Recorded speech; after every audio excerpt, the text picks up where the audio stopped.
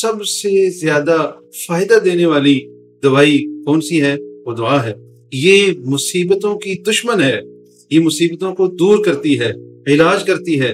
اور السلام علیکم ورحمۃ اللہ وبرکاتہ۔ الحمدللہ والصلاۃ والسلام علی من لا نبی بعد، اما بعد۔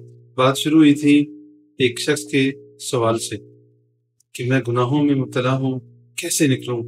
امام ابن قیم رحمہ اللہ جواب دے رہے تھے اللہ تعالیٰ نے جو بھی بیماری نازل کی ہے ساتھ میں اس کی شفا بھی نازل کی ہے، اور یہ بھی ہم سن چکے ہیں کہ جہالت بیماری ہے اور اس بیماری کا علاج سوال کرنا ہے، اور سب سے بڑی شفا چاہے وہ جسمانی بیماری ہو، روحانی بیماری ہو، حسی بیماری ہو یا دوسری بیماری ہو، کسی بھی طرح کی بیماری ہو، مصیبت ہے، تکلیف ہے، پریشانی ہے، سب سے بڑی شفا وہ قرآن مجید ہے۔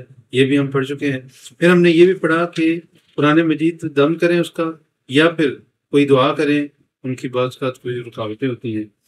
اور آج ہم یہاں سے سبق شروع کر رہے ہیں کہ امام ابن قیم رحمہ اللہ فرماتے ہیں وَالدُّعَاءُ مِنْ أَنْفَعِ الْأَدْوِيَّةِ، سب سے زیادہ فائدہ دینے والی دوائی کون سی ہے؟ وہ دعا ہے۔ یہ مصیبتوں کی دشمن ہے، یہ مصیبتوں کو دور کرتی ہے، علاج کرتی ہے، اور ان کو نازل ہونے سے، ان کے آنے سے ان کو روکتی ہے۔ آ جائے مصیبت تو اس کو دور کرتی ہے۔ دعا مومن کا اسلحہ ہے، یہ مومن کا ہتھیار ہے۔ مومن کو دعا کرتے رہنا چاہیے۔ یہ کتنا بڑا اسلحہ ہے اس مثال سے جو امام ابن قیم رحمہ اللہ نے بتلائی، جو وضاحت کی دعا کے بارے میں، اس سے سمجھیے۔ امام صاحب پھر لکھتے ہیں وَلَهُ مَعَ الْبَلَاءِ ثَلَاثَ مُقَامَاتٍ، کہ دعا اور مصیبت کے 3 درجے ہیں۔ مومن، اس کی دعا طاقتور ہوتی ہے، کبھی اتنی طاقتور ہوتی ہے کہ مصیبت پہ غالب آ جاتی ہے، اور یہ طاقتور ہونے کی وجہ کیا ہوتی ہے؟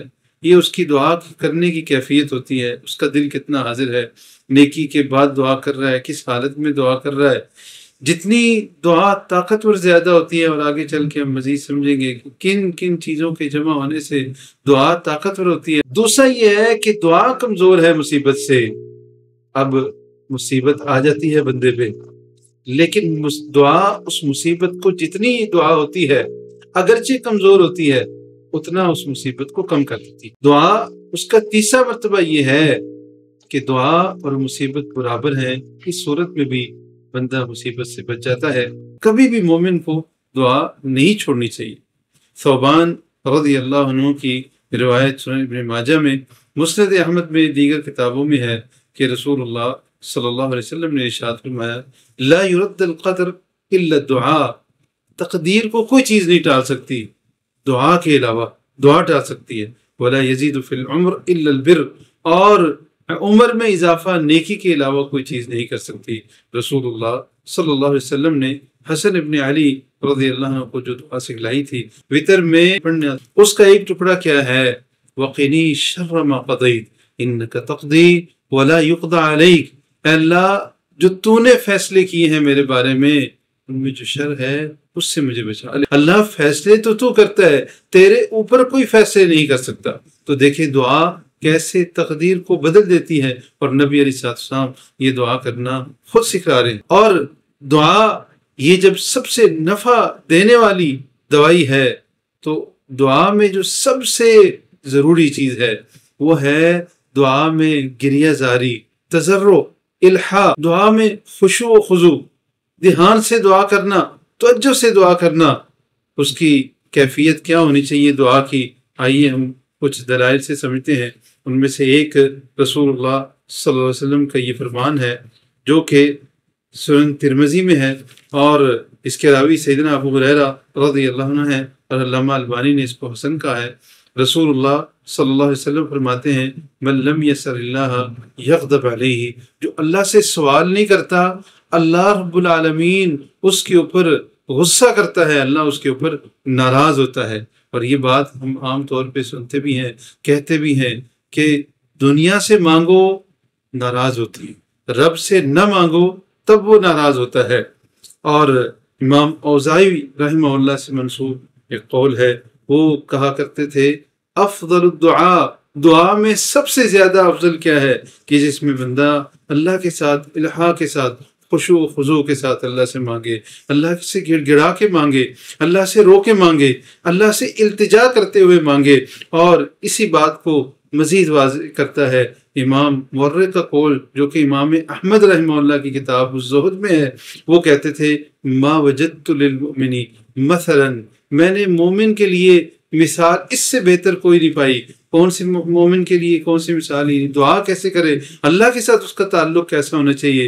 الا رجلا فی البحر علی خشبۃ، ایک آدمی سمندر میں ہے، ایک لکڑی کے اوپر ہے، کشتی اس کی ٹوٹ گئی ہے یا جہاز اس کا جو ہے اس سے چھوٹ گیا ہے، اب وہ سمندر میں ایک لکڑی کے اوپر تیر رہا ہے، یعنی غرق ہونے کے قریب ہے۔ وہ یہ اب دعا کرتا ہے، یا ربی یا ربی، اے میرے رب، اے میرے رب۔ دنیا کا کوئی سبب اس کے سامنے نہیں ہوتا، بظاہر اسباب ختم ہو چکے ہیں، ڈوبنے والا ہے، وہ اللہ رب العالمین سے دعا کر رہا ہے۔ اور کیا سوچ کے دعا کر رہا ہے، اس کا ذہن کیا ہے کہ اللہ مجھے اس مصیبت سے نجات دے گا۔ سیدنا حذیفہ بن یمان رضی اللہ عنہ کا بھی ایک قول ہے، آپ فرماتے ہیں سیاتی علی الناس زمان، لوگوں پر ایسا وقت آئے گا لا ینجو فیہ الا من دعا، کوئی نجات نہیں پا سکے گا مگر جس بندے نے دعا کی۔ کیسے دعا کی؟ کا دعا الغریق کی، جیسے ڈوبنے والا دعا کرتا ہے۔ بندہ ڈوب رہا ہے، کس التجا کے ساتھ، کیسے تضرع کے ساتھ، کیسے کریا زاری کے ساتھ، کیسے دھیان لگا کے خشوع و خضوع کے ساتھ دعا کرتا ہے، اس بندے کی طرح دعا کرنی چاہیے۔